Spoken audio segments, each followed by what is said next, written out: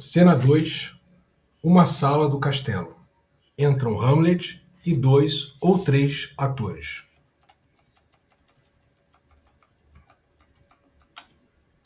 Hamlet. Repeti o trecho, por favor, como eu o pronunciei, com naturalidade, mas se o dizeis afetadamente, como muitos atores fazem, admito até que o pregoeiro público vá bradar pelas ruas as minhas linhas. Lembrando vocês que nós vimos que Hamlet, ele provavelmente colocou linhas da fala dele na peça Assassinato de Gonzaga, que fala sobre o envenenamento de um rei por seu irmão, com a esposa do monarca traindo-o e casando-se com o assassino. Então, existe uma estratégia ali em que Hamlet quer ver a reação do rei Cláudio com a cena do assassinato. Não gesticuleis tampouco, assim, cerrando o ar com as mãos. Usai de moderação, pois na própria torrente, tempestade, ou direi mesmo, torvelinho da paixão, torvelinho é redemoinho, torrente, tempestade ou redemoinho, deveis adquirir e empregar um controle que lhe dê alguma medida. Hamlet está preocupado com a maneira como vai ser encenada a cena. Então, ele está ali preparando os atores por causa do seu plano. Ofende-me até a alma ouvir rasgar uma paixão em farrapos, em verdadeiros molambos. A palavra molambo, pedaço de pano velho ou roupa velha ou suja. É uma palavra de origem africana que acabou sendo usada de forma pejorativa aqui no Brasil. E ferir os ouvidos da plateia,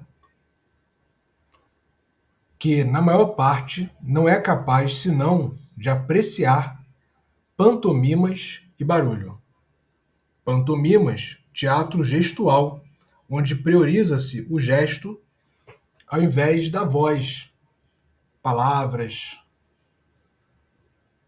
Eu mandaria chicotear tal camarada, por exagerar o papel de termagante. Isso é supererodiar Herodes. Por favor, evitar isso.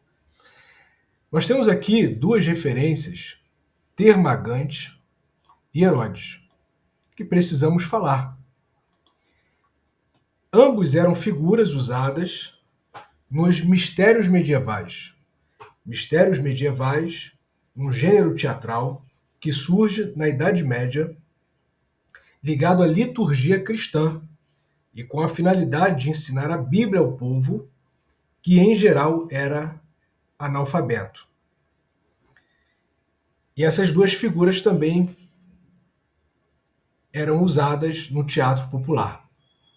Então nós tínhamos ali um gênero teatral ligado à liturgia cristã, ao cristianismo, que era uma espécie de pedagogia para aqueles que não liam a Bíblia e eram analfabetos. E Herodes é mais próximo de nós por causa da narrativa bíblica. O rei que mandou matar as crianças em Belém, representando um personagem furioso, exagerado e barulhento. Naquela passagem que inicia ali os evangelhos, Herodes, ele soube da chegada de um novo rei, um rei para os judeus. Ele vê os reis magos chegando, aquela caravana, para presentear, para receber esse novo rei, rei dos judeus, e ele acaba ordenando a morte de crianças até 2 anos de idade. Então, o arquétipo de Herodes, a representação de Herodes, apresenta a fúria, o exagero, o barulho. E Termagante era uma figura lendária inventada na Idade Média como um falso deus dos muçulmanos.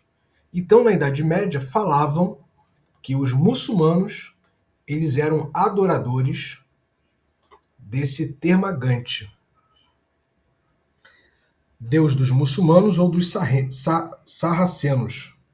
Ele aparecia como um personagem violento e fanfarrão, com gestos exagerados. Então, Hamlet ele está aqui pedindo para que os atores evitem essa maneira de interpretação. Por quê? Porque ambos esses personagens são símbolos dessa atuação mais histriônica, mais excessiva, com gritaria, inclusive. Milor Fernandes ele coloca exagerar o papel de Termagante, ele coloca mais tirânico, e Herodes mais heróico. Então, é essa atuação de forma artificial que grita, essa forma berrada e ridícula. Então, nós vemos ali o próprio Shakespeare manifestando a sua própria percepção do teatro, já que ele é um dramaturgo, ele é um dos sócios de um teatro e ele se preocupava com isso, com essas questões.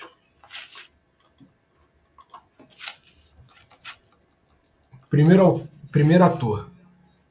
Eu garanto a sua alteza, Hamlet, não sejais fracos, tampouco, mas deixai que o vosso critério seja o vosso mestre. Ajustai o gesto à palavra à ação, com esta observância especial que não sobrepujeis a moderação natural. Então, é isso aqui. Moderação natural.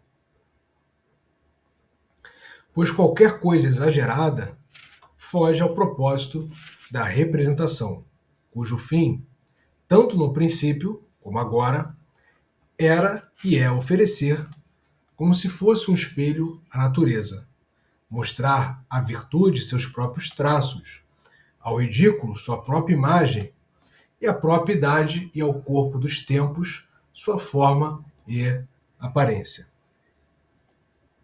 Ora, o exagero, como a deficiência, conquanto façam rir os incompetentes, não podem causar senão desgosto ao criterioso, e a censura deste deve constituir, na vossa estima, mais do que um teatro lotado pelos outros. Ou seja,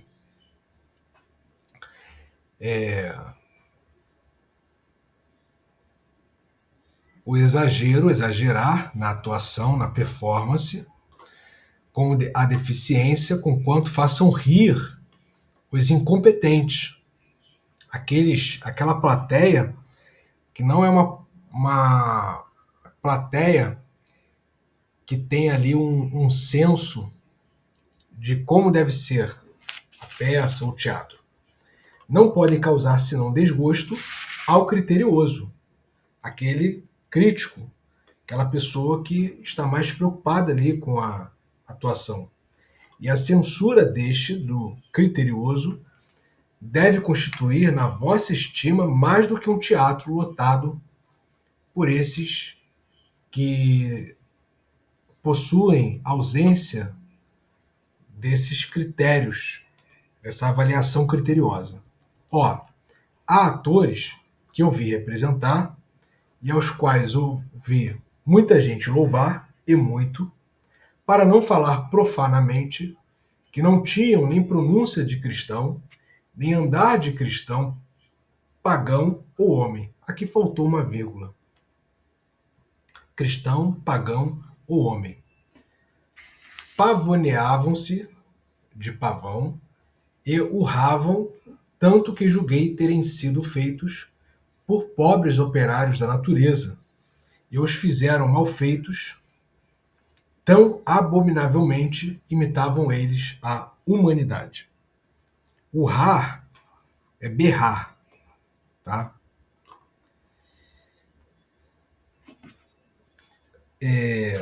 O Milor Fernandes ele coloca assim esse trecho. Fica melhor para o entendimento.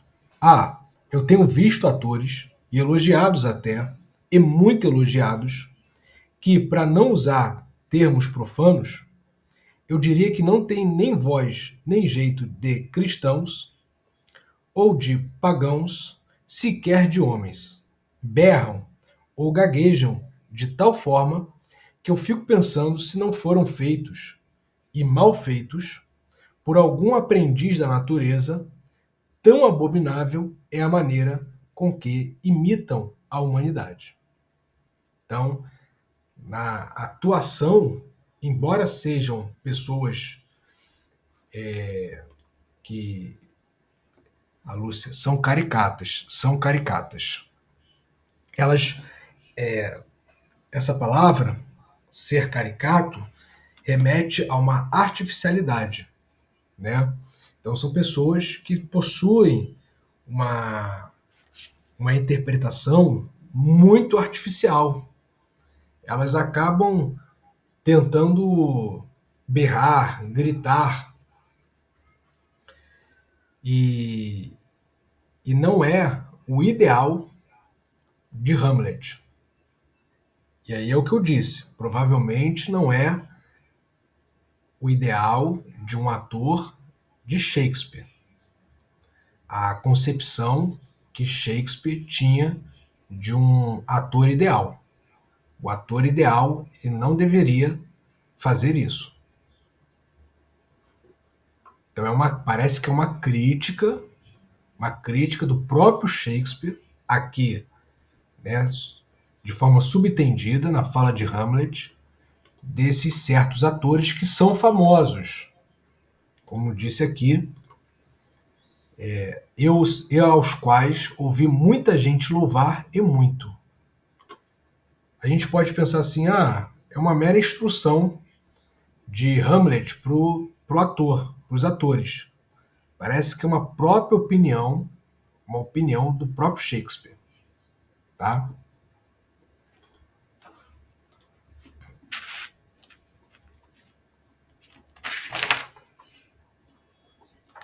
Primeiro ator. Deixa eu só um minuto. Pronto. Espero que tenhamos corrigido isso razoavelmente entre nós. Hamlet. Corrijam-no completamente. E que aqueles que fazem os papéis de bobos não digam mais do que foi escrito para eles. Pois há entre eles os que querem rir a fim de fazer rir também certo tipo de nécios espectadores, conquanto nesse interim algum ponto importante da peça devesse ser valorizado.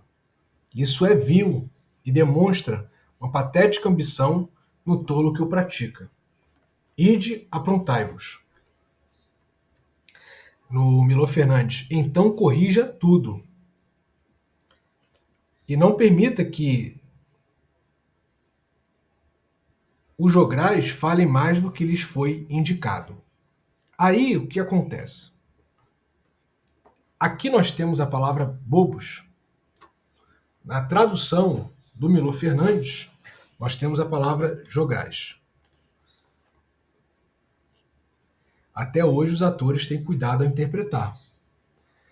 Provavelmente essa parte aqui de Hamlet, ela é ensinada nos cursos de teatro, artes cênicas, né? Porque é uma ótima crítica para a performance teatral.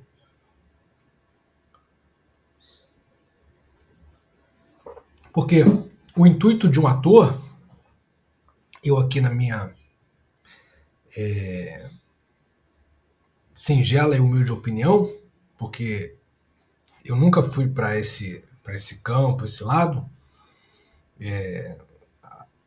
O máximo que eu fiz foi ler, né? Eu já quase participei de uma peça que é Romeu e Julieta,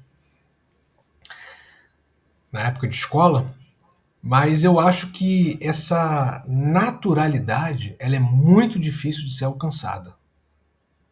E é isso que Shakespeare está falando aqui. Cuidado com esses atores que na hora de interpretar são mais expansivos, fanfarrões, porque eles acabam ficando artificiais. E aquela naturalidade, né, que ela é pretendida, ela acaba não sendo alcançada, né? Então, por exemplo, quando nós vemos o que é mais próximo do brasileiro, eu não vou falar de filme, eu vou falar das novelas, que as novelas no Brasil, os atores eles têm eles tanto atuam em novelas como atuam em teatros, né? Você tem uma parte considerável dos atores das novelas aqui no Brasil que também atuam em peças de teatro. Ali a gente percebe como é brasileiro, brasileira, como falam a nossa língua, com os nossos sotaques. Ali a gente consegue perceber melhor se uma pessoa está se aproximando de uma naturalidade. Se ficar muito artificial, o estrangeiro não. Por exemplo, o estadunidense. Você consegue perceber melhor quando você vê um filme na língua original. Aí você consegue perceber melhor porque parece que a dublagem ela traz uma artificialidade. Porque é a pessoa não falando na língua dela. Ela, as palavras que o ator fala precisa ali se encaixar no movimento dos lábios. Então fica um pouco artificial. Quando a gente ouve no idioma do ator, aí consegue ver melhor. Mas quando é brasileiro, nossa gente, a gente percebe melhor se aquele ator chegou numa naturalidade desejada ou não, né? E é justamente isso que Shakespeare está colocando aqui, através da boca de Hamlet. Agora, temos uma questão. Por quê? Porque o Milor Fernandes, ele coloca a palavra jograis. E não permita que os jograis falem mais do que lhes foi indicado. Já a Bárbara Eleodora coloca e que aqueles que fazem os papéis de bobos. E nessa disputa aqui, se nós podemos considerar assim, a Bárbara Eleodora acertou. Por quê? Porque quando você coloca jograis, ao invés de bobos, você está, de certa forma, errando. Porque o jogral, com J, era uma figura também medieval da época, músico, geralmente era um músico, e contador de histórias, não limitado ao teatro, mas à vida cortesã e às praças. Então era uma apresentação pública ali entre as pessoas que estavam passando, e ele poderia ser do teatro ou não. Era uma figura presente ali no dia a dia que se apresentava. Agora, os bobos, nós temos dois principais tipos de bobo, que é o bobo histórico. Então, a gente vai situar aqui Idade Média e Renascimento. O bobo histórico seria o bobo da corte, que era o que nós também ouvimos, né, principalmente em período de carnaval, o bufão. Era uma profissão que estava ali nos castelos e palácios da época. Sua função era entreter reis, rainhas e nobres, com piadas, imitações, acrobacias, canções. Ele tinha uma posição ambígua. Era visto como ridículo, era uma espécie de tolo, porque essa palavra aqui, ela também representa tolo. Nós temos fools, né? E nós temos uma outra palavra. Então era o bobo oficial. Não é o caso aqui do ator, que vou explicar agora. Esse bobo da corte, ele tinha uma certa licença para falar verdades que ninguém, seus conselheiros, nem os seus súditos, ousaria dizer. Porque a pessoa dizendo poderia receber ali uma condenação. Então, existia essa função ali na Idade Média, na Renascença, de ser uma espécie de figura satírica para poder fazer essa certa crítica. Como nós vemos hoje os humoristas, por exemplo, naqueles eventos como Oscar e outros eventos, onde nós temos atores, sempre tem ali uma pessoa que sobe ao palco, ou está apresentando ali o evento, e é um comediante. Ele começa a provocar algumas pessoas ali na sua plateia. O que poderia afirmar o rei está nu. Essa famosa frase que a Lúcia coloca é justamente essa prática do bobo da corte, né? De desnudar o rei. E nós temos um outro bobo, que era o que atuava no teatro, que parece ser este aqui, que Hamlet está se referindo. Nos Mistérios e Moralidades, aí vocês perguntam, o que são mistérios e moralidades? Representava ali uma espécie de gênero. E havia esses personagens cômicos, chamados de fools, que representavam em consciência humana a vaidade, ou às vezes serviam apenas como alívio cômico. É o palhaço teatral. Então, alívio cômico a gente pensa em quebrar o gelo, quebrar a tensão, né? Dependendo do tema da peça. Então, esses personagens eles tinham essa função de representar em consciência humana aquilo que as pessoas têm, né, na sua mente, mas omitem, né? Não ficam conscientes disso, a vaidade. Então também era uma crítica social ali de maneira satírica que eles faziam.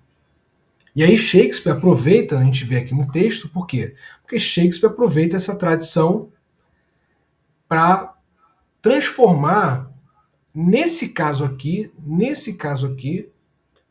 para criticar, mas em outras peças de Shakespeare, pode ser um crítico social, uma espécie de personagem que oscila entre o ridículo e o sábio, entre o cômico e o trágico. Agora eu pergunto, por que eu dei tanta ênfase para essa palavra aqui?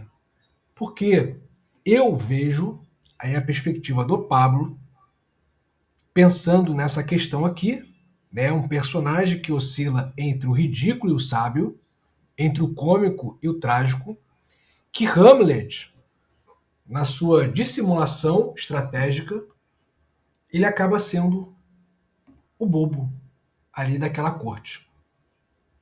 Ele acaba representando essa dualidade. O sábio na loucura.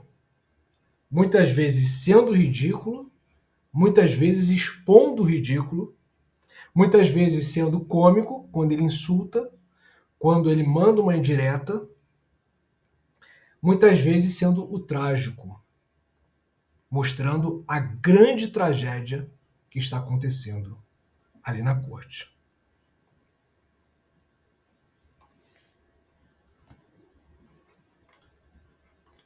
Então, vamos lá. Saem os atores, entram Polônio, Rosencrantz, Guildenstern, e pelo horário a gente vai continuar. Acho que dá tempo para mais um pouco. Vamos até... Não, porque eu vou ter que falar algumas referências aqui. Vou ter que falar da história de Júlio César.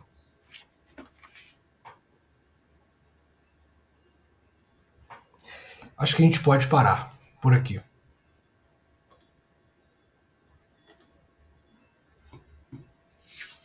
Vamos mais um pouco.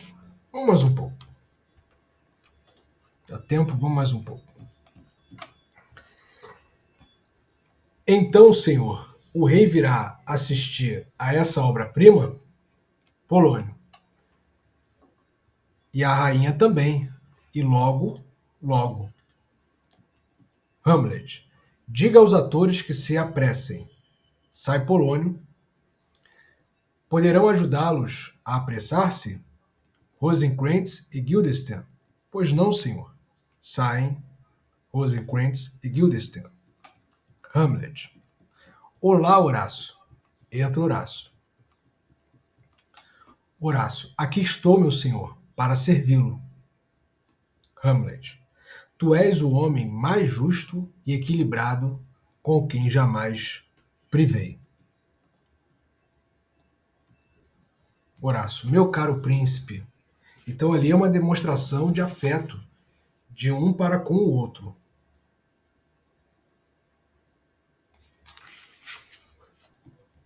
Hamlet. Não penses que eu te quero bajular, que pedirei a ti que não desfrutas de rendas, a não ser teu bom espírito para roupa e alimento? Quem bajula o pobre, espera o quê? Deixa que a língua açucarada lamba a absurda pompa e se curve de joelhos diante dela com esperança de lucro.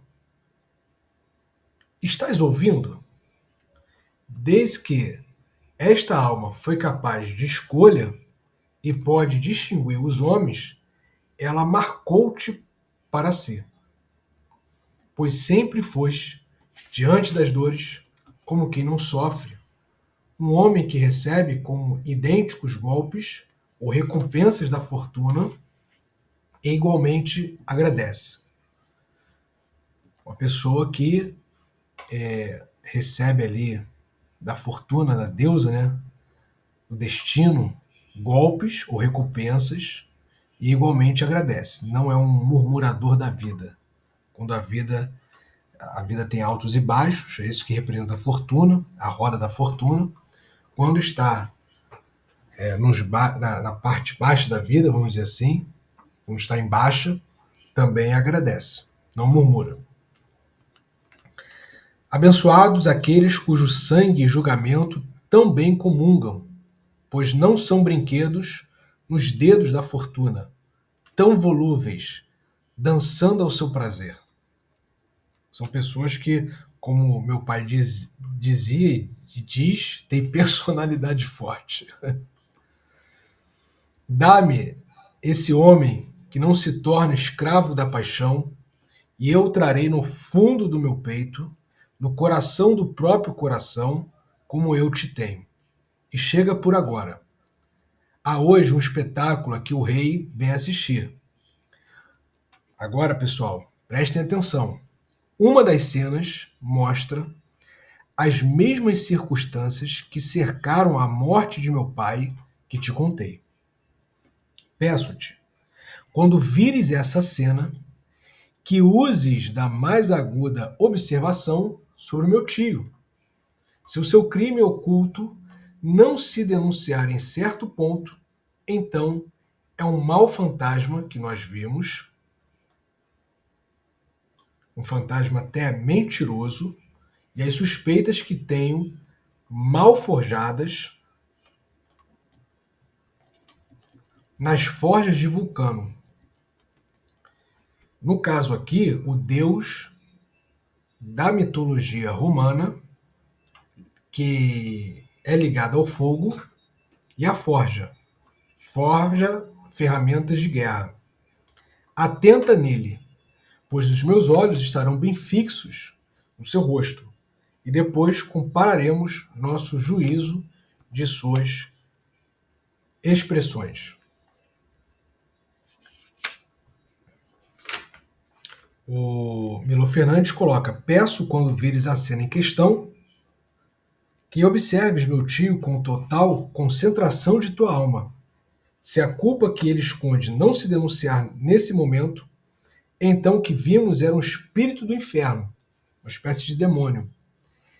E minha suspeita tão imunda quanto a forja de Vulcano. Escuta-o atentamente.